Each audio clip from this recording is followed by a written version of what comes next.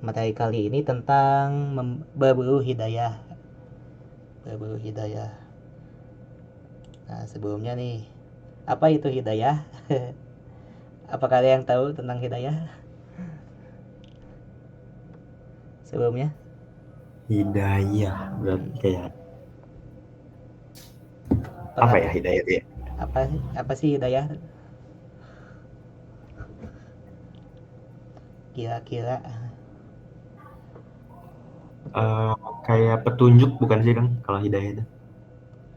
petunjuk, bisa petunjuk yang kalian pahami tentang hidayah apa biasanya gitu. Petunjuk satu, ada yang lain?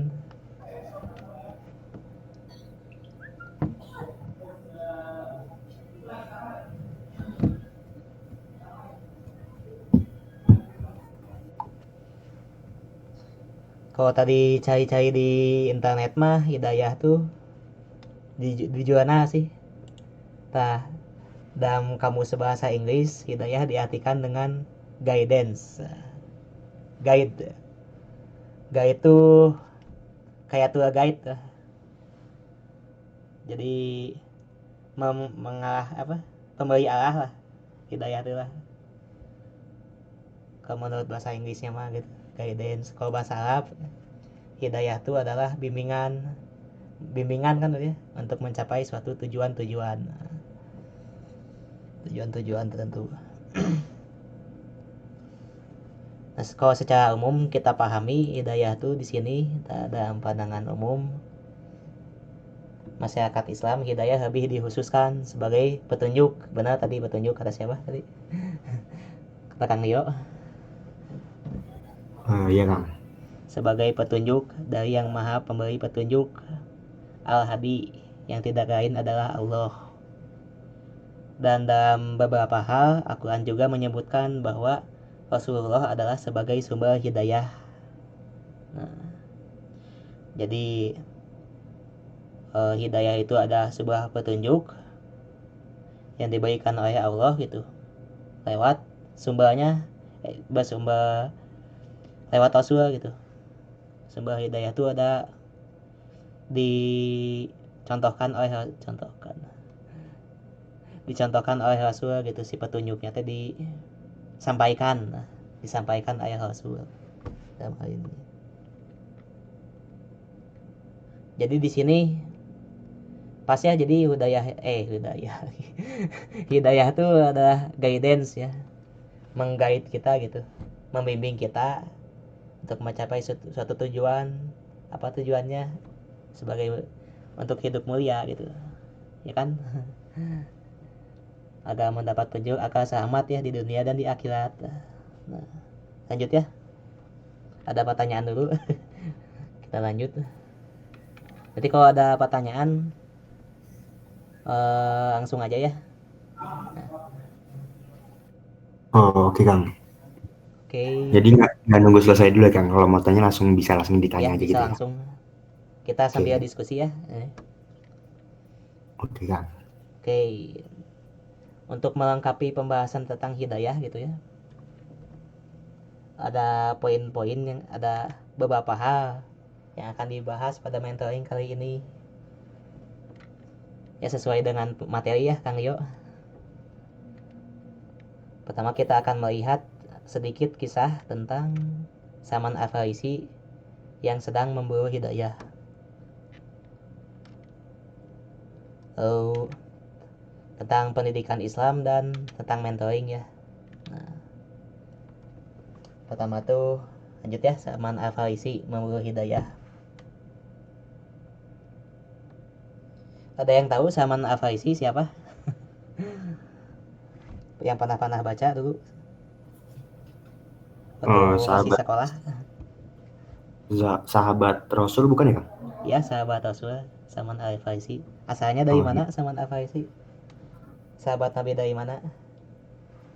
dari Persia kalau nggak salah. Ya, Persia. Dari namanya juga udah ini ya, Al-Farisi gitu. Dia teh Iya. bukan itu teh sebutan bukan orang Arab gitu, tapi orang Persia, wilayah Iran lah sekarang. Al-Farisi. Salman Al-Farisi, singkat cerita gitu, biar bisa bayang perjalanannya Salman Al-Farisi dalam mencari Islam gitu ya. Saya tampilkan peta. Nah, kelihatan nggak petanya? Nah, perjalanan hidayah Salman Al-Farisi. Saya cari di internet ini. Maaf Kang, slide-nya belum keganti. Oh, slide-nya nggak keganti. Nah, ya. Iya, belum keganti. Oke, sudah Kang. Oh, sudah. Oke. Ya. Dari tadi nggak keganti. Nah, ini kayak keganti ya? Ada? Ya, ada petanya. Oh, ada. Oke.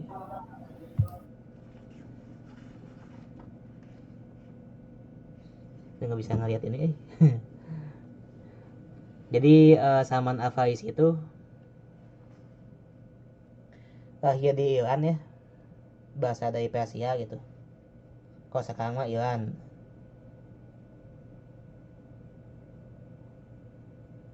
Ada satu riwayat yang diterangkan oleh Imam Ahmad dalam musnadnya gitu, tentang perjalanan seorang ini Salman Al-Farisi. Pertama tuh Salman Al-Farisi itu penyembah berhala ya, berhala lagi, penyembah api. Penyembah api, jadi disuruh sama ayahnya tuh menjaga api di, apa sih namanya teh, kepercayaannya teh, Majusi ya? Majusi. Nah ya, Majusi. Sama ayahnya tuh ditugasin untuk menjaga api. Nah singkat cerita gitu, dia tuh lihat di sekitarnya tuh ada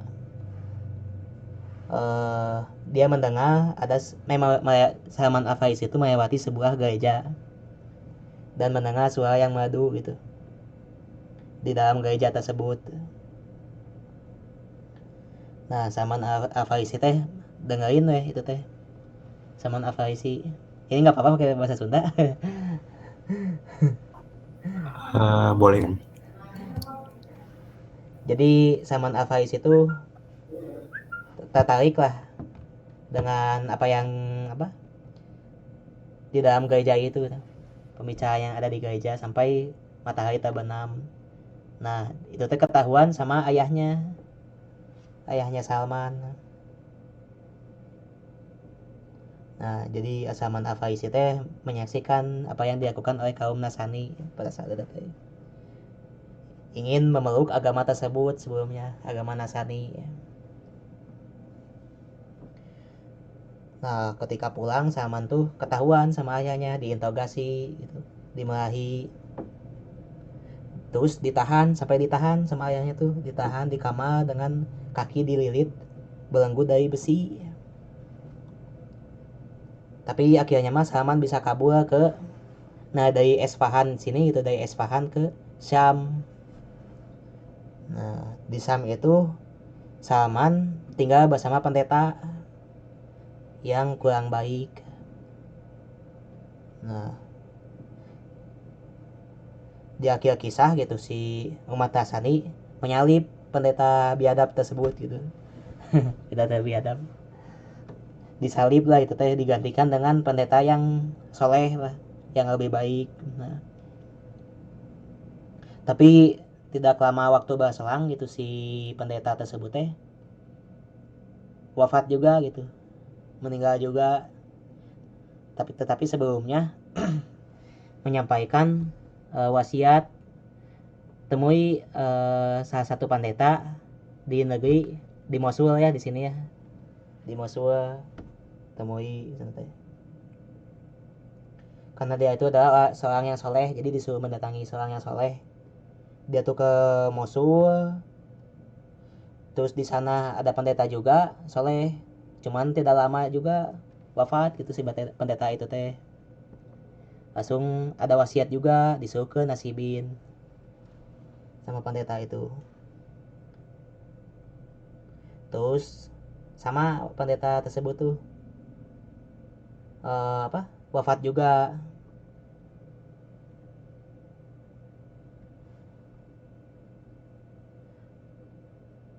ada seorang saleh di Amulia gitu, pendeta di Amulia itu ya, di Turki. Nah disinilah Salman bertemu dan tinggal bersama orang saleh yang disebutkan, jadi runut gitu, disebutkan orang saleh disebutkan. Nah si pendeta tersebut tuh memberitahukan bahwasanya bakal ada nabi akhir zaman gitu, disebutkan ciri-cirinya nabi tersebut.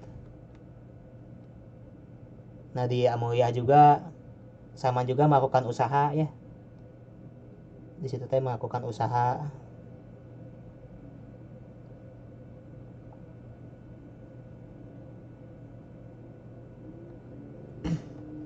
Namun pendeta di Amulia juga tidak lama meninggal, sehingga Salman tuh bergegas mau ke daerah yang disebutkan lah untuk mencari nabi terakhir itu, dalam hal ini Nabi Muhammad ya.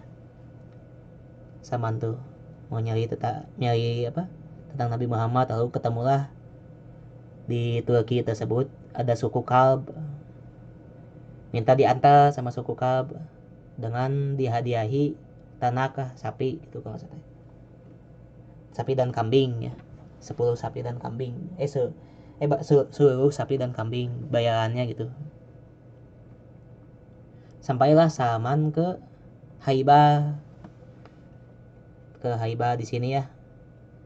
Nah di tengah jalan tuh si Salman tuh ternyata dijadikan budak di sana tuh. Salman dijadikan budak dan akhirnya dibeli oleh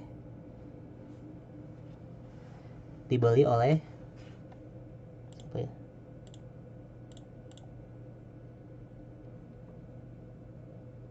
10 menit lagi ya.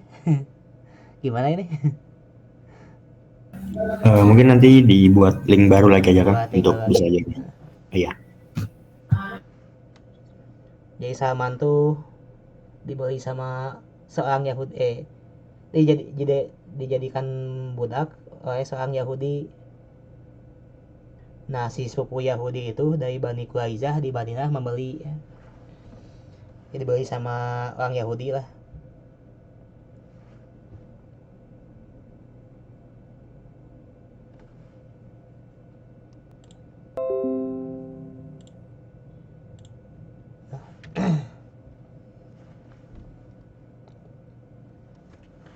Nah ceritanya ketemu Rasulullah Salman gitu di Madinah pada saat itu teh statusnya masih jadi budak seorang Yahudi Bani Quraizah.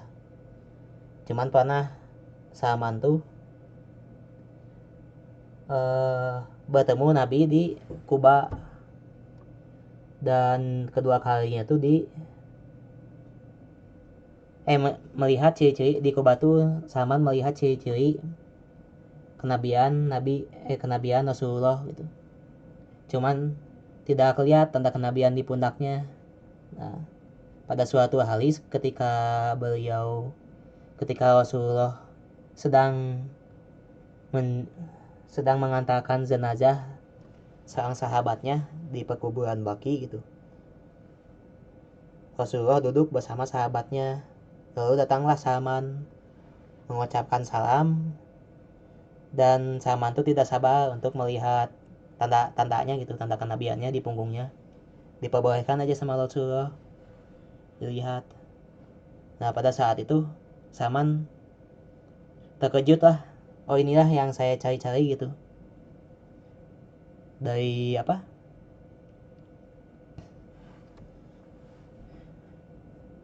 dalam perjalanannya gitu memburu hidayah ke berbagai pendeta gitu, akhirnya sampai ke Rasulullah itu teh. Dan akhirnya Salman tuh menjadi seorang muslim ya, dan terkenal sebagai ahli strategi lah pada saat perang Hondak. Dia tuh yang mengusulkan membuat parit gitu dalam strategi perangnya gitu. Itu mungkin cerita singkatnya mah tentang Salman Al Farisi gitu, memburu hidayah yang pada saat itu agama-agama di sekitar Arab itu kan ada Majusi ya, ada Nasrani ya. ada apa penyembah pagan, ada agama pagannya, pagan teh bahala. Cuman pada saat itu Salman tuh sampai gitu, dapat gitu hingga bisa memeluk Islam. Padahal mah jauh dari Iran ya, cuman bisa gitu.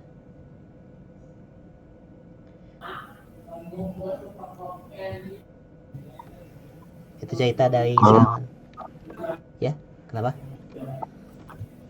maaf Kang mau tanya, kalau untuk Persia itu sekarang negaranya di mana nih? Persia, Iya, apa udah Persia ganti nama? tuh Iran sih, lebih ke Iran. Iran, Irak, Timur Tengah di sini. Oh, Persia itu sekarang namanya Iran berarti ya? Iya, Iran. Oke. Bangsa Persia sekarang tuh Iran. Oke.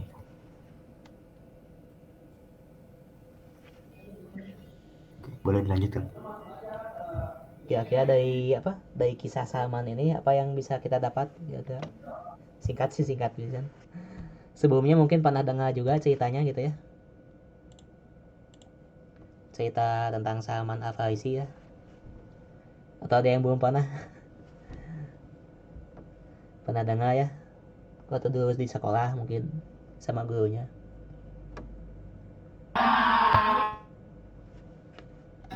Ya pernah sih Kang, baru dikit-dikit aja sih paling dulu. Hmm. Hmm. Dari Namanya sering denger sih Kang, cuman ceritanya jarang gitu. oh ceritanya jarang ya. Hmm.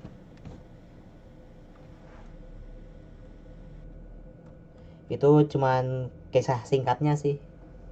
Salman Al Farisi ceritanya mencari Rasulullah. Oh, jadi dia tuh mualaf juga ya Kang ya? Iya Dari mualaf. awalnya, dari berarti dia pindah dua agama gitu ya? Dari Iya, Majusi ke Nasrani, dari dari Majusi ke Nasrani Nasrani ke Islam. ke Cuman Islam. Nasrani di sini tuh yang masih terpelihara gitu. Jadi si Hmm. pendetanya kan tahu, si pendetanya tahu orangnya teh orang yang apa Nabi setelah Nabi Isa teh siapa gitu. Oh iya, Nabi terakhir dan Nabi penutup. terakhirnya teh Hmm. ciri-cirinya gimana gitu. Jadi eh, kaum Nasrani yang taat lah itulah, yang belum Hmm. tercemar gitu teh. Hmm. Kalau si pendeta itu menemukan Islam mah menemukan Rasulullah makan bisa, cuman kan keburu wafat gitu. Oke. Berarti secara itu pendeta. Berarti kalau waktu itu kan sudah ada Islam juga ya Kang? Kalau atau belum? Sudah ada Islam.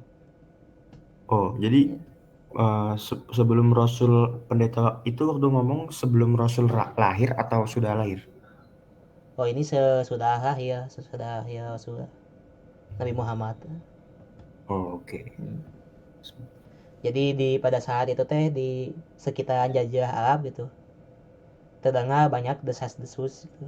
Bahkan bakal ada nabi terakhir di tanah Arab. Banyakkah di kitab Taurat, ada di kitab Injil, ada gitu. Kan orang-orang Yahudi juga saat Nabi datang ke Yastrib gitu ya, ke Madinah, menyambut kan, menunggu-nunggu gitu, menunggu-nunggu. Orang Yahudi itu pada mulanya. Oh, Jadi berarti eh, orang yang sangat dicari gitu, Nabi itu, Nabi Muhammad pada saat itu.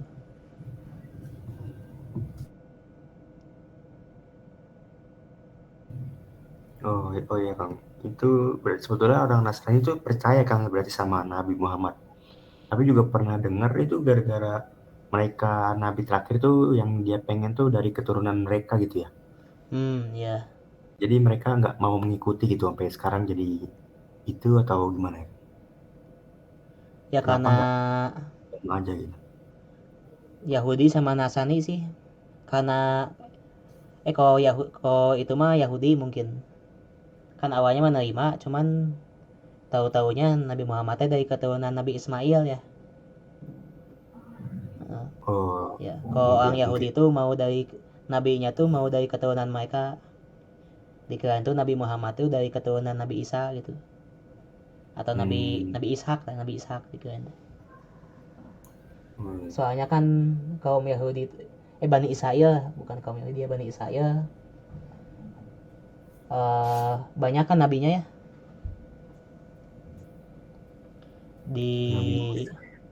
diutus banyak nabi gitu. Nah pas tahun Nabi Muhammad dari Nabi Ismail, dia tidak menerima gitu. Itu 2 menit lagi.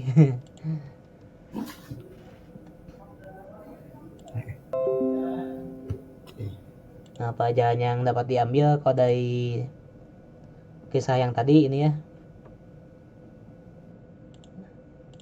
hidayah itu perlu dicari dan diusahakan gitu ya.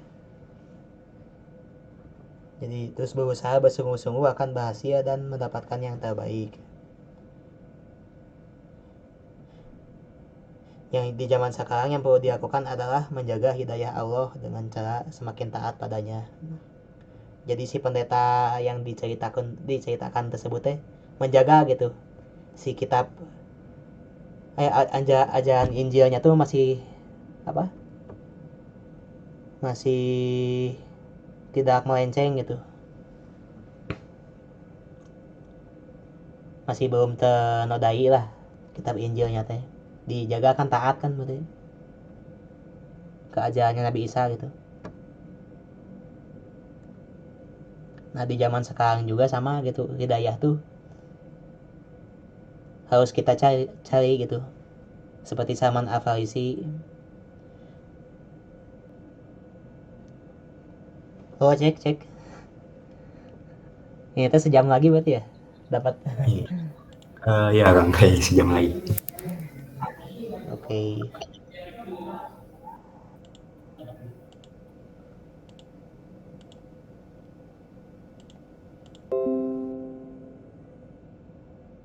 Nah ini ya, itu dari satu kisah sih. Sebelumnya ada yang mau ditanyakan dulu sebelum lanjut? Oke, untuk Ray atau Kang Jawad mungkin ada yang mau tanyakan dulu.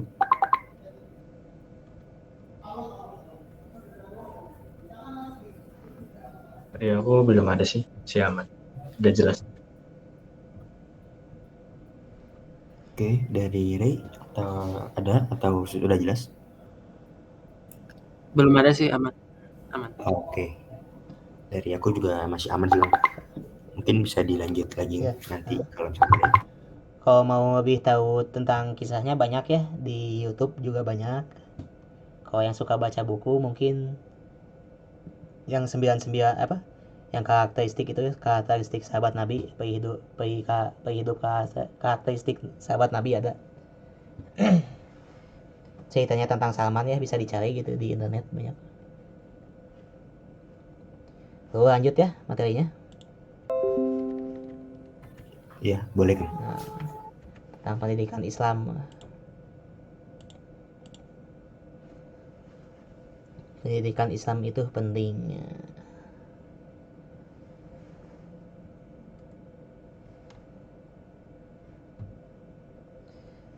Jadi di sini tuh ada apa? Kaitannya antara hidayah dengan pendidikan nih. Berarti hidayah itu kan bagaimana kita biar terbimbing ya sama Allah gitu ya, lewat Rasul ya. Gimana kita teh agar hidup teh terbimbing ya, terarah gitu ya. Salah satunya adalah dengan pendidikan Islam, dengan didikan lah.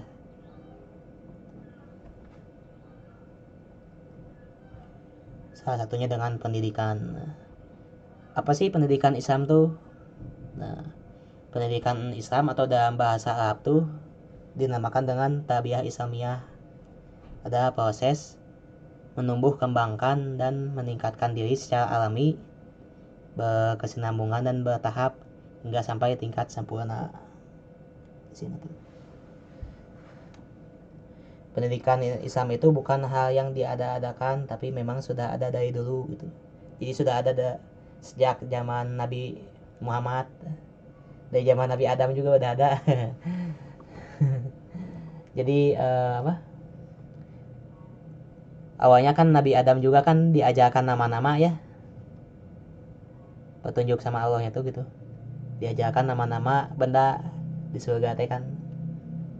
Ada yang tahu ceritanya? Pernah dengar sih Kang, tapi kalau untuk ceritanya kayaknya lupa sih atau Coba. belum. Di surat Al-Baqarah ya ayat 30-an gitu teh. Yang ceritanya gitu, Nabi Adam tuh diangkat menjadi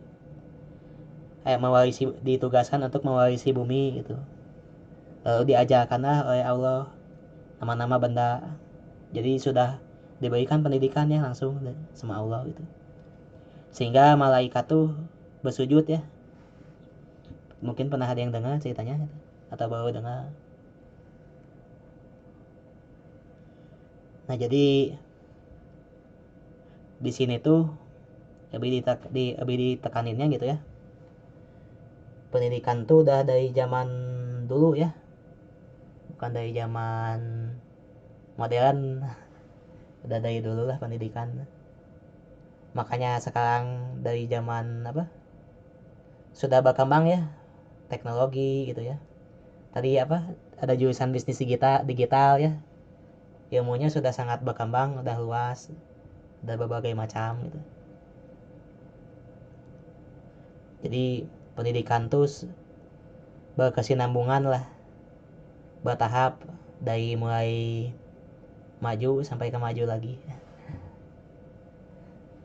Daripada banter tinggi sampai pada banter tinggi lagi gitu. Zaman Nabi Adam kan pada banter tinggi ya. Langsung sama Allah diajarin ya. Dikasih petunjuk gitu.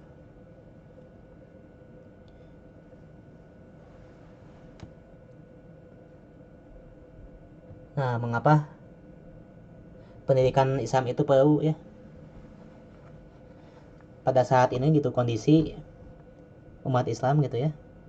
Kondisi orang Islam gitu. Kalah ya sama secara teknologi, secara apa lagi ya? Secara ekonomi atau dari segi pendidikannya lah.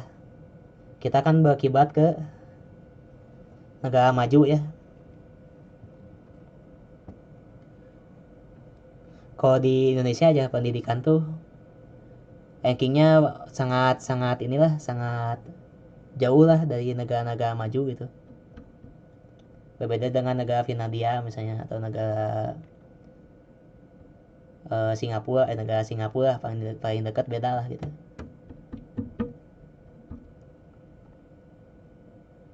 Nah, mengapa sih pendidikan tuh pada saat ini kayak kelihatan mundur gitu? Atau gimana ya?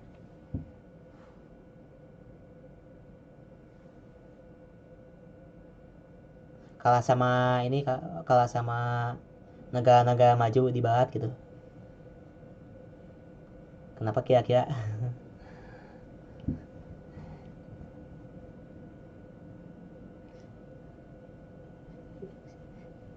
Mungkin lebih semangat kali kan belajar kalau untuk di barat, orang-orang barat. Oh, Karena di kalau Indonesia mungkin juga kurang, masih rendah kan peringkat membacanya gitu mungkin atau masih Anda Hmm. sangat jauh sekali gitu di Indonesia dengan di barat. Makanya biasanya kuliah yang lulusan luar negeri misalnya itu lebih dipercaya gitu kalau misalnya kerja kalau apa gitu daripada di dalam negeri gitu.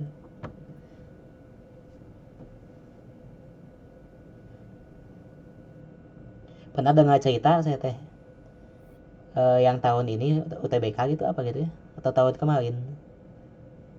Jadi ada seorang lulusan SMA gitu mau kuliah, dia tuh ngelamar kuliah ke di dalam negeri lah, kampus di dalam negeri sama di luar negeri. Nah, di luar negeri mah keterima, di dalam negerinya mah tidak ada kampus yang menerima dia gitu. Pernah dengar cerita gitu, lihat-lihat berita. Bisa gitu ya Kang ya. Kalau di Iya. Pernah luar Kang. gimana? Pernah ada beritanya ya itu lewat gitu. Sering sih kayaknya. Hmm.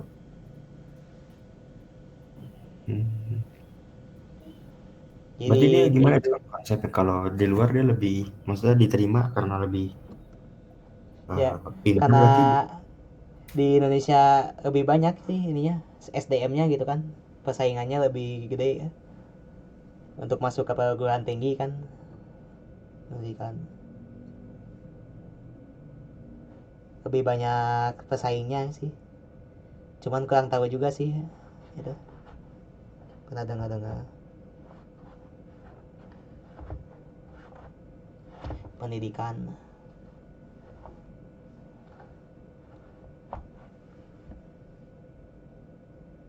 Nah, apa lanjut ya, kalau bicara pendidikan secara umum gitu, eh sudah sangat maju gitu ya, sedangkan pendidikan Islam sendiri gitu sekarang tuh sedang mundur gitu. Mundur di sini tuh mungkin kurang banyak peminatnya gitu ya, atau kurang memberikan dampak gitu pendidikan Islam tuh gitu pada saat ini tuh gitu, dibandingkan dengan pendidikan secara umum ya, pendidikan agama dan pendidikan secara umum. Berbeda dengan zaman dulu pas zaman dinasti Abbasiyah ya, maju tuh ya pendidikan Islamnya, atau pas zaman Umayyah pas Andalusia. Jadi dulu tuh pendidikan tuh dimiliki oleh orang Islam dulu pendidikan. Jadi orang-orang Eropa tuh dulu belajar ke Spanyol, ke Cordoba. Jadi jalanan-jalanan di Perancis dulu jalanannya kurang bagus lah, infrastruktur kurang bagus gitu, bangunan nggak kurang bagus di Perancis di Eropa pada abad ke-8 mah gitu. Kalau di Islam sudah bagus, di Spanyol peradaban Islam di Spanyol itu teh udah bagus, udah maju ilmu teh. Nah orang-orang Barat gitu belajar ke Islam. Kalau sekarang gimana? Sekarang kebalik mungkin. Orang Islam belajar ke Barat. Atau pas zaman perang salib gitu, perang salib tuh ada itu teh mahasiswa orang-orang Eropa ke belajar juga ke negeri Arab itu teh, jadi maju lah. Sekarang mah sama Allah dipergilirkan lah kondisinya gitu. Itu Kang Jawat mungkin ya ngerti ya Kang dinasti Jawa Abbasiyah. mungkin sangat mengerti. Gimana? Kenapa Kang? Abbasiyah. Kalau dinasti Oh, dulu pendidikan lebih lebih bagus daripada pendidikan Islam di zaman sekarang. Kalau yang saya udah kayak ya nonton video atau baca-baca dikit tuh itu salah satunya karena ini sih masalah tadi itu balik lagi ke kayak filsafat gitu. Jadi kan kenapa kayak Ibnu Sina atau Averroes itu kan mereka kan maksudnya Ibnu Sina kan terkenal karena dokter gitu. Tapi kan Ibnu Sina juga multi multi apa ya?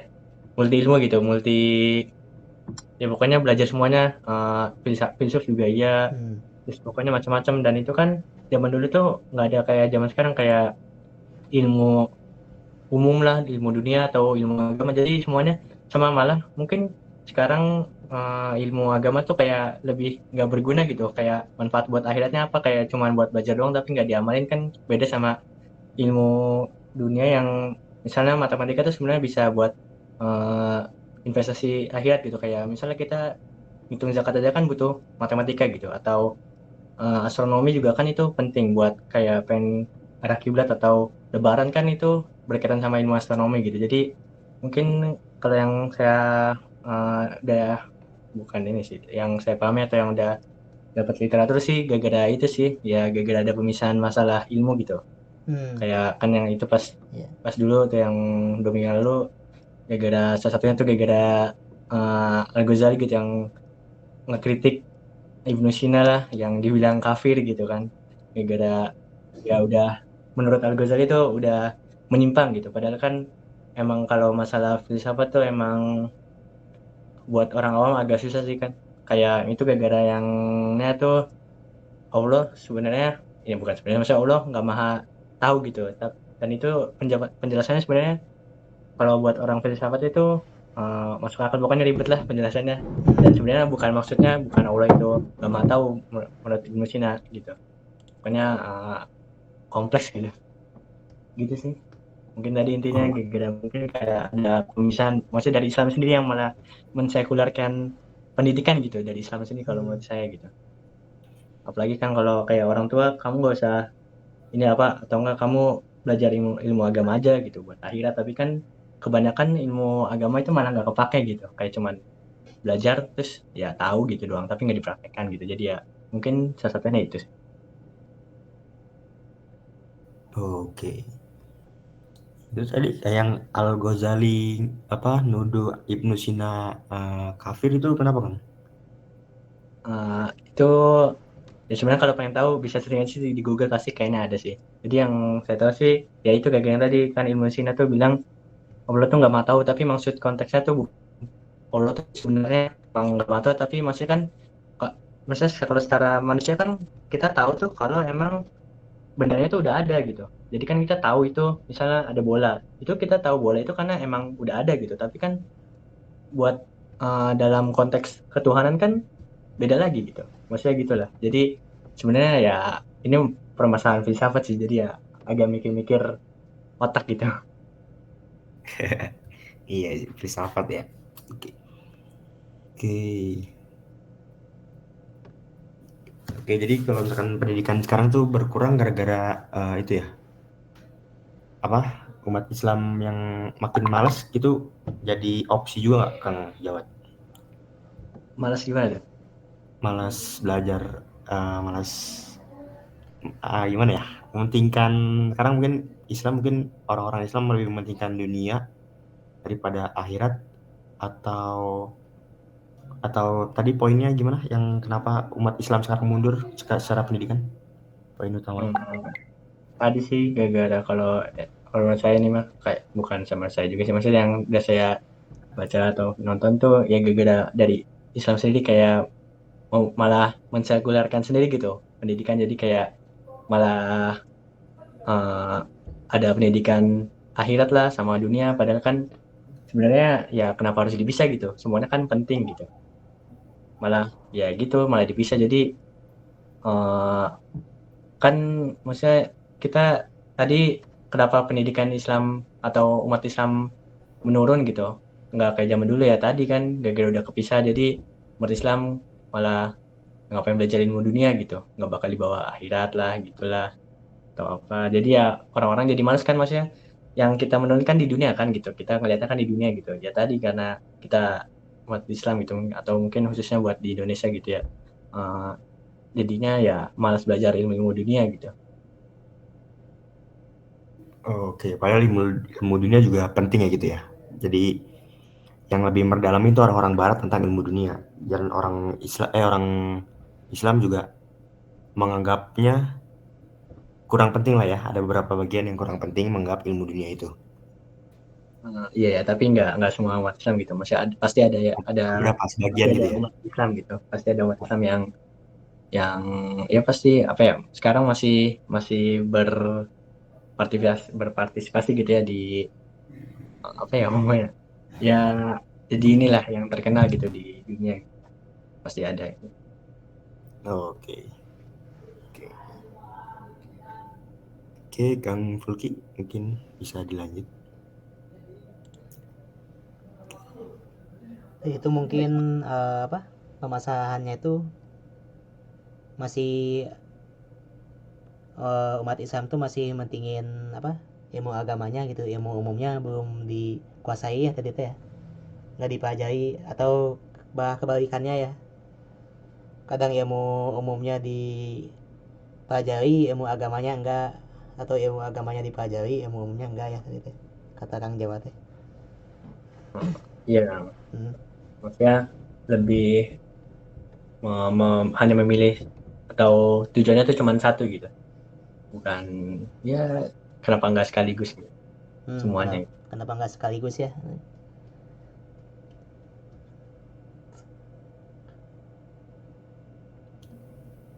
Pendidikan Islam tuh sangat berkembang tuh zaman dinasti Abbasiyah itu. Jadi sebelumnya tuh pas zaman Nabi yang berfokus dengan pendidikan Islam tuh sahabat Ali. Ya kalau nggak salah ya, sahabat Ali gitu. Teman-temannya Ali lah, teman-temannya sahabat Ali gitu.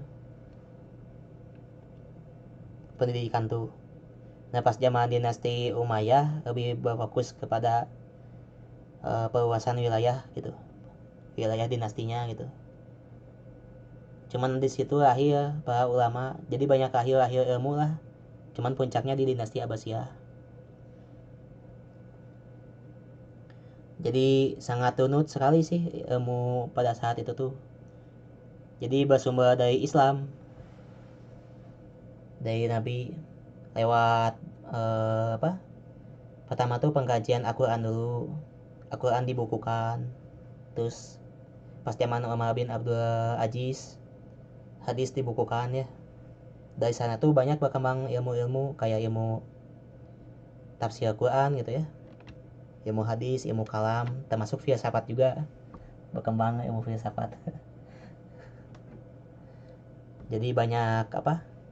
Diskusi terkait ilmu pengetahuan lah sampai Khalifah Harun al-Rashid tuh pas zaman dinasti Abbasiyah membuka forum, kalau nggak salah Harun al-Rashid ya, membuka diskusi umum gitu dengan contohnya teh kayak pak ahli ilmu lah, berbagai ahli ilmu dengan ahli kitab misalnya ada itu ceritanya gitu Harun al-Rashid tuh. Jadi sampai banyak kan Islam tuh punya banyak sumber keilmuan hingga perpustakaan ya, tapi akhirnya mah di saat dinasti Abbasiyah runtuh gitu dan karena perang salib juga gitu ya dengan karena bangsa Mongol sih si perpustakaannya itu dibakar ada gitu. Cuman yang kita bisa tahu gitu pada saat dulu ada satu karya, pernah dengar gak Muqaddimah Ibnu Haldun pernah dengar gak? Yang filsuf bukan Ibnu Iya. Khaldun. Iya, dia tuh filsuf juga, sosiolog dan sejarawan. Iya banyak sih ya tapi saya tahunya filsuf filsuf ya. Filsuf ya. Nah dia tuh menulis buku Muqaddimah, kalau diterjemahin ke bahasa Indonesia mah ada ya, itu tuh sebanyak 1200 halaman gitu kalau salah teh. Dia tuh jelasin berbagai ilmu, luas banget. Jadi ahli berbagai ilmu lah, jadi nggak dikotak-kotakin itu teh, ilmu umum dan ilmu agama teh. Puncak kaya gitu. Baru Muqaddimahnya aja pembukaan, belum yang kitabnya, kitab tariknya ada. Tarik Ibnu Khaldun ada 3 jilid, cuman belum ada bahasa Indonesianya. Sama dia tuh sama Ibnu Khaldun dibahas banyak ilmu sejarah, ilmu biologi ya, ilmu kimia, geografi, semua ilmu lah, ilmu bahasa. Jadi dulu teh ada orang kayak gitu gitu dulu. Puncak setelah Abbasiyah sih, itu setelah Abbasiyah.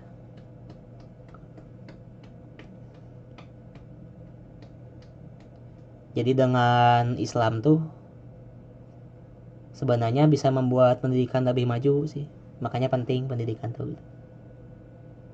harus dibungkusi oleh Islam lah. Kalau pendidikan tidak dibungkusi oleh Islam apa dampaknya kira-kira? Ya liberal sih kayaknya. Jadi bebas kan, Menghalalkan segala cara ya. menghalalkan segala cara gitu. Kalau dari bisnis digital misalnya gimana? Ada hacker jadi apa ada misalnya teh penculikan dana apa gitu lah, kan banyak kasus kan itu teh.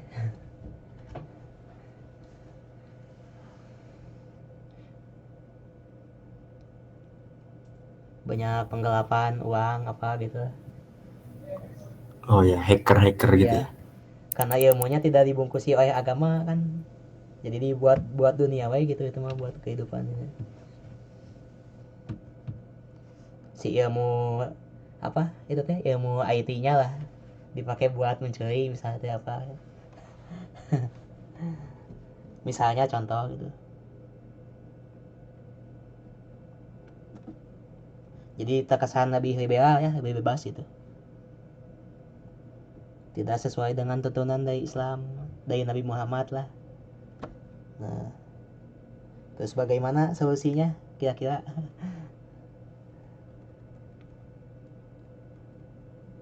Solusinya bisa dibuka di Al-Baqarah 151. Al-Baqarah 151. Ada yang mau bacain artinya?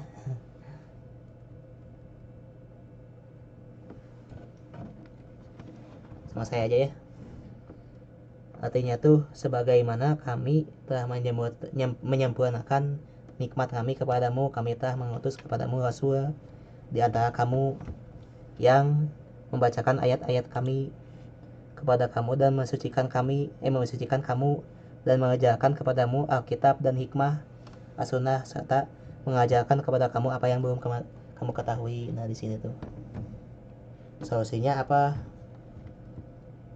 Jadi Allah tuh mengutus setiap zaman tuh, dari zaman Nabi Adam sampai zaman Nabi Muhammad, mengutus seorang nabi dan rasul.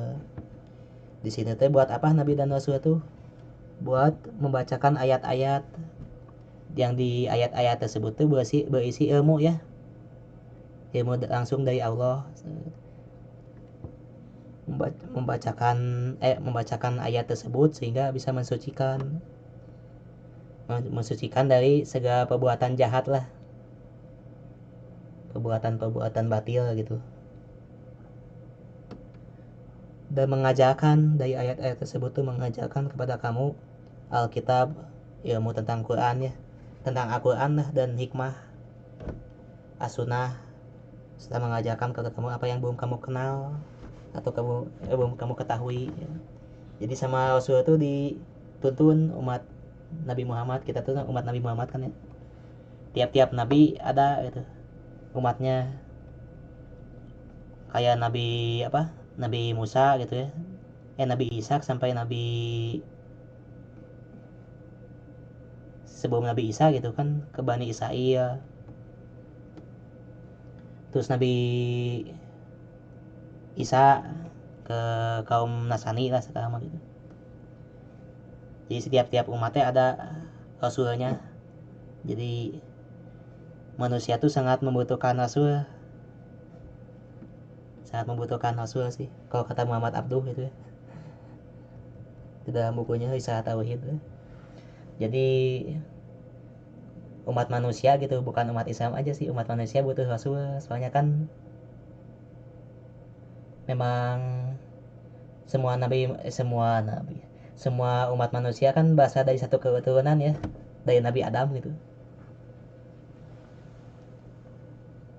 bukan dari bukan evolusi gitulah.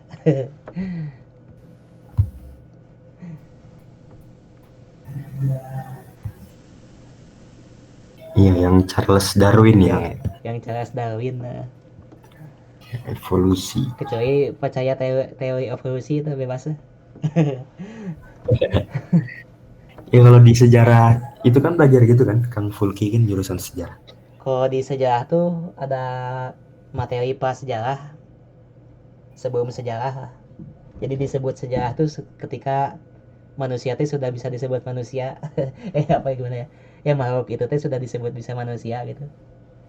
Bingung juga sih saya dijelasinnya. Kan ada di materi sejarah dulu SMA, prasejarah kan. Ya, Masih megalitikum, masih ini kan. Ya, megalitikum, paleolitikum dulu tuh. Terus zamannya juga zaman batu gitu kan. Oh, Zaman menhir kayak gitu apa?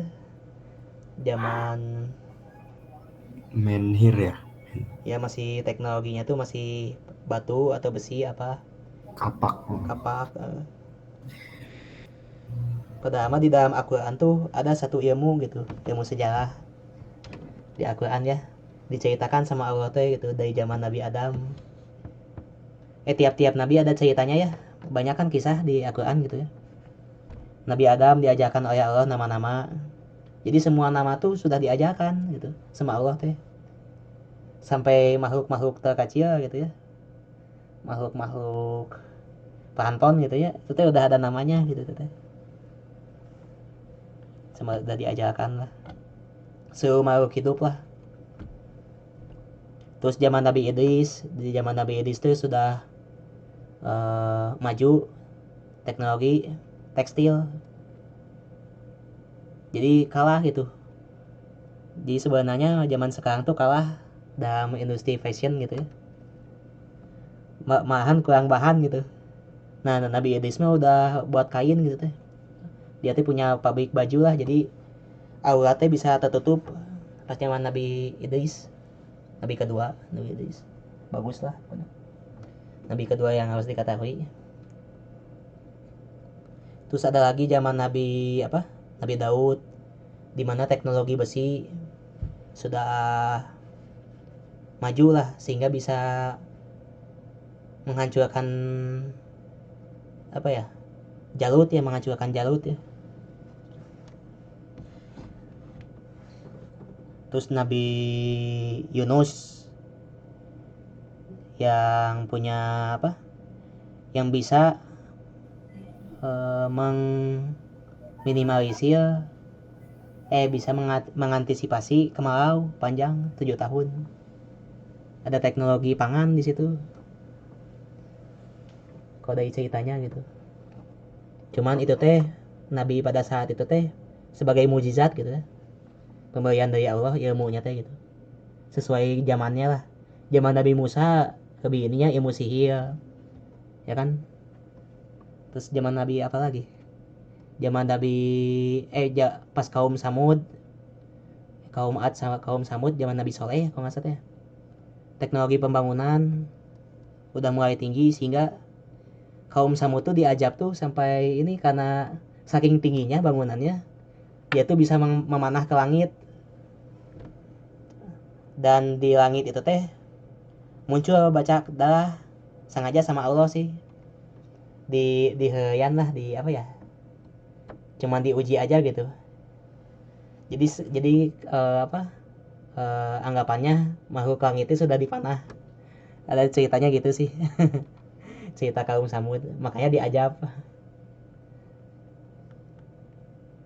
Jadi yang kepikiran sama saya tuh tiap zaman tuh ada peradaban-peradabannya gitu, peradaban majunya gitu, tinggi. Kalau zaman Nabi Muhammad sekarang gitu ya, lebih ke bahasa ya. Kalau nggak salah tuh kan Al-Quran tuh ada apa, sastra, pada saat itu teh sastra di zaman Arab tuh, di bangsa Arab pada saat itu teh tertarik dengan sastra, sehingga Al-Quran tuh dinilainya tuh memiliki sastra yang tinggi dan banyak yang masuk Islam lewat itunya, keindahan yang terdapat dalam Al-Quran gitu, mukjizat-mukjizat Al-Qurannya. Tiap nabi ada sih. Nabi Isa bisa apa, nyembuhin orang yang apa, kesehatan, berarti kan Nabi Isa banyak sih ceritanya gitu, lebih panjang ceritanya.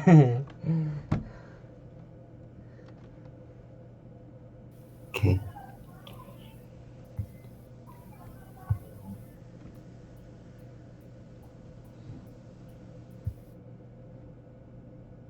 Jadi sifat pendidikan Islam itu kontinu ya, sifatnya tuh pendidikan tuh kontinu, jadi harus tidak belajar dari TK sampai kuliah aja, tapi semua hidup sih, kan ada hadisnya kan, menuntut ilmu itu wajib gitu sampai akhir hayat kan.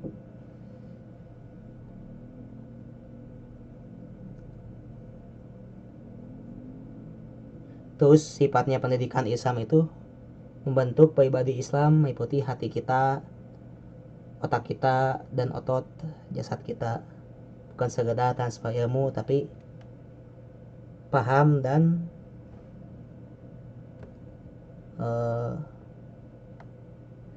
dan mampu diamalkan segala yang kita dapat. Terus sifatnya itu secara bertahap gitu. Ilmu itu dipelajarinya tuh secara bertahap gitu. Maksudnya tuh kita belajar dari kecil ya, kita belajar berdiri misalnya, tidak langsung kita bisa berdiri, tapi kita harus mengangkat dulu. Kalau bayi misalnya,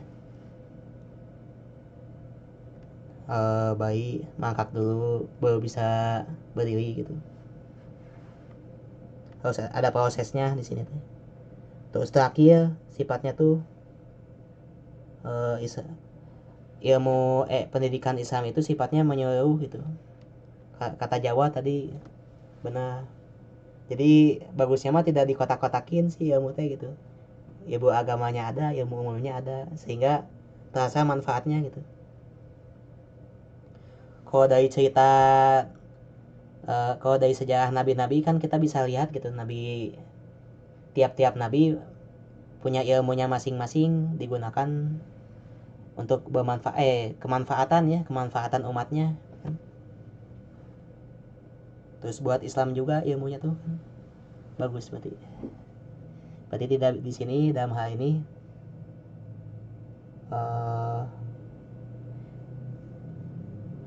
ya Islam itu meliputi seluruh ilmu sih, ke pendapat saya ya gitu. Meliputi seluruh ilmu gitu.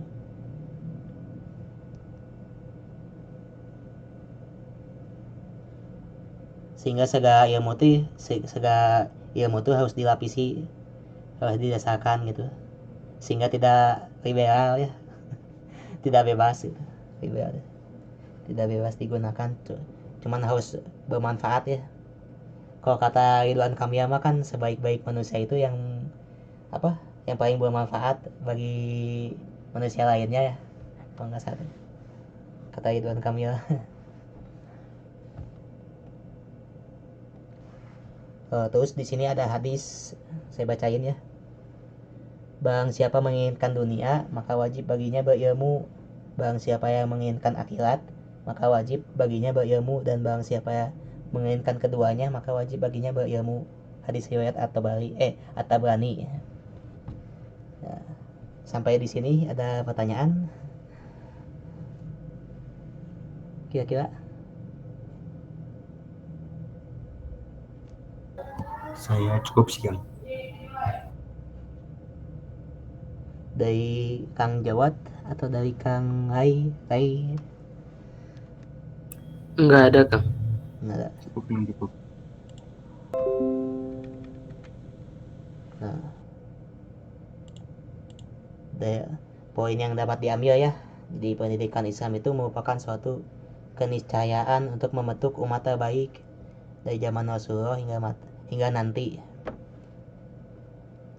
Pendidikan Islam ini lahir karena manusia dituntut menjadi seorang pemimpin khalifah di dunia, sehingga setiap manusia wajib mengetahui ilmu yang diperlukan dan kriteria yang dibutuhkan.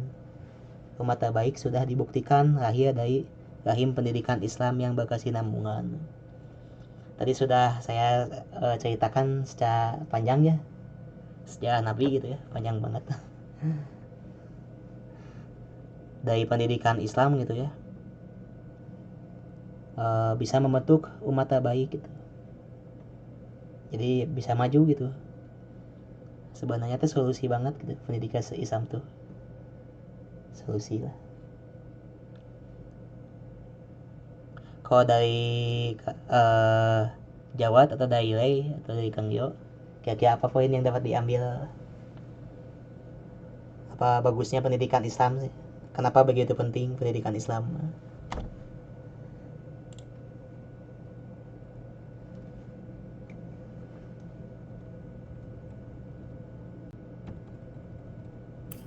Kalau dari saya sih, Kang, karena karena kita tuh kan hidup nggak hanya di dunia tapi juga di akhirat. Jadi pendidikan Islam itu juga ngajarin untuk di akhiratnya sebagai bekal gitu sih. Hmm.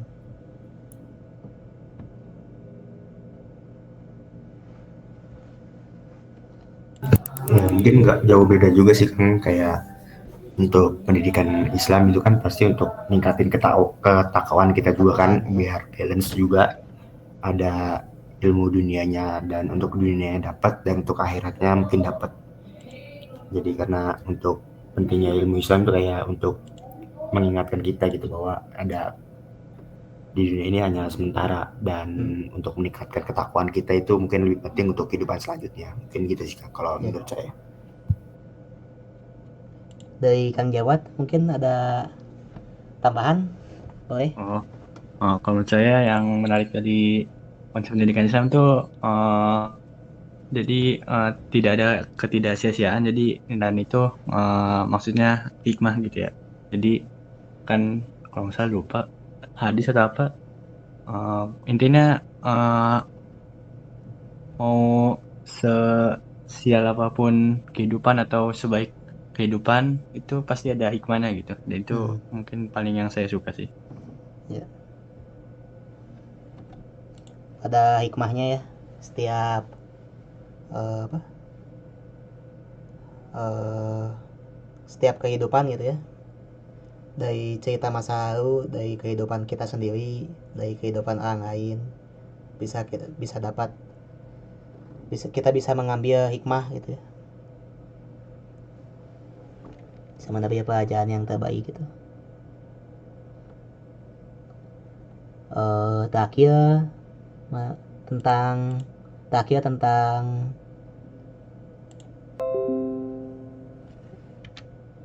nah, ikut mentoring yuk. Ini di materi di ini Kang Yo.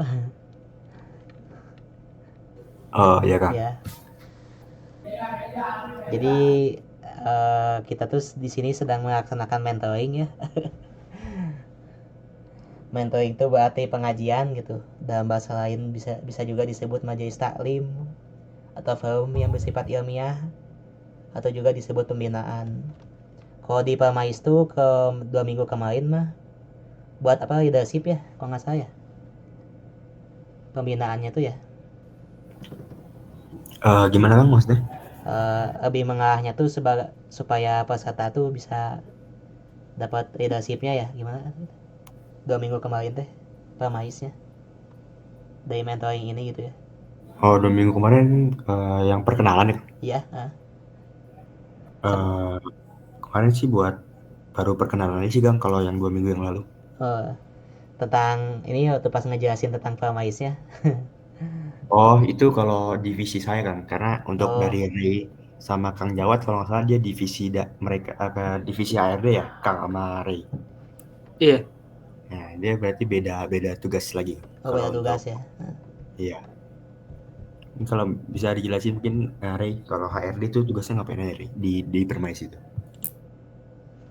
Kalau HRD ya seperti namanya HRD, jadi kita ya ada fungsi pengawasan SDM-nya Permais, juga ada fungsi peningkatan kinerja dari SDM Permais gitu sih, monitoring juga gitu. Oh, kayak kalau di HRD itu kayak ngurusin perekrutan SDM gitu ya, dan untuk gimana caranya ningkatin kualitas dari SDM itu ya Ray ya? Iya. Oh ya, gitu kan. Jadi ada beberapa divisi di Permais ini. Jadi kalau saya emang kebetulan di divisi kaderisasi, jadi coaching kaderisasi. development namanya, Oh, iya. nama divisinya. Coaching. Dan ada beberapa lagi divisi lainnya, dan berfungsi punya tugasnya masing-masing yang berbeda-beda gitu Kang. Oh iya. Mentoring.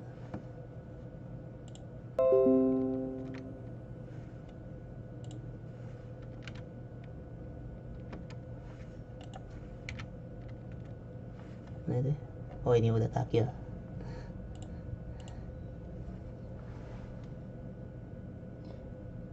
Bedanya mentoring sama majelis taklim apa? Dengan taklim apa kira-kira?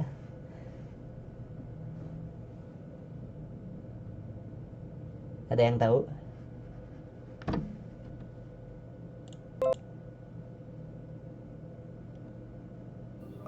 Bedanya apa ya?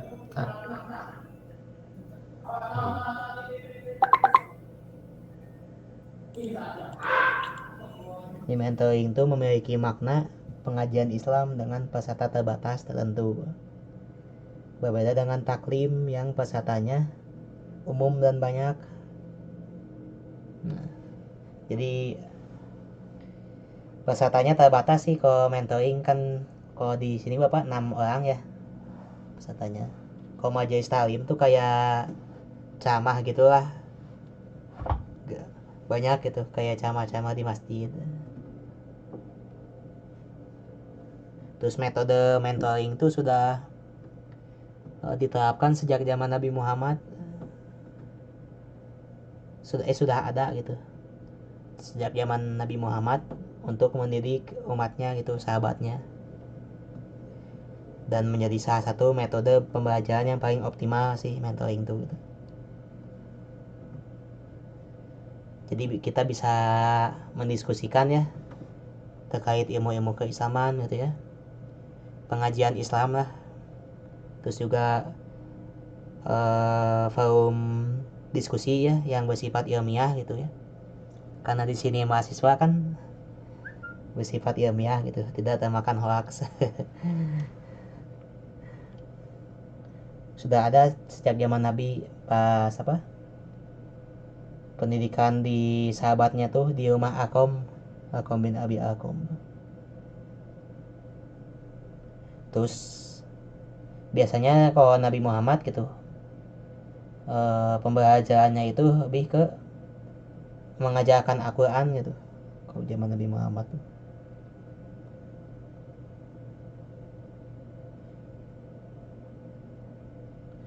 Kalau menurut M. Alawi Al-Maki gitu ya, mengatakan pada majlis-majlis pendidikan Islam kenabian dipelajari ilmu-ilmu dasar beserta kaidahnya seperti berbagai macam fadilah, wawasan, pemikiran, akhlak, tradisi yang baik, dan faedah-faedahnya yang besar yang merupakan sumber ilmu pengetahuan. Pada zaman tabi'in, setelah sahabat terdapat pendidikan Islam, pengajian di Madinah Munawwaroh yang memakmurkan Masjid Nabawi. Di masjid itu para ulama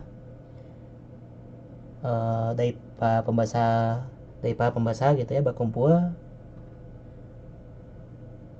untuk mengadakan pengajian. Pada saat itu dipimpin oleh Urwah bin Az-Zubair, terus dipimpin oleh Sa'id bin Al-Musayyib. Kalau di Indonesia pendidikan Islam tuh kayak pesantren ya, khas gitu ya. Pada awalnya mah diterapkan di masjid-masjid, di langgar-langgar gitu ya, sehingga muncul pesantren kayak pembelajarannya klasik lah, sistem pembelajarannya klasik, madrasah gitu.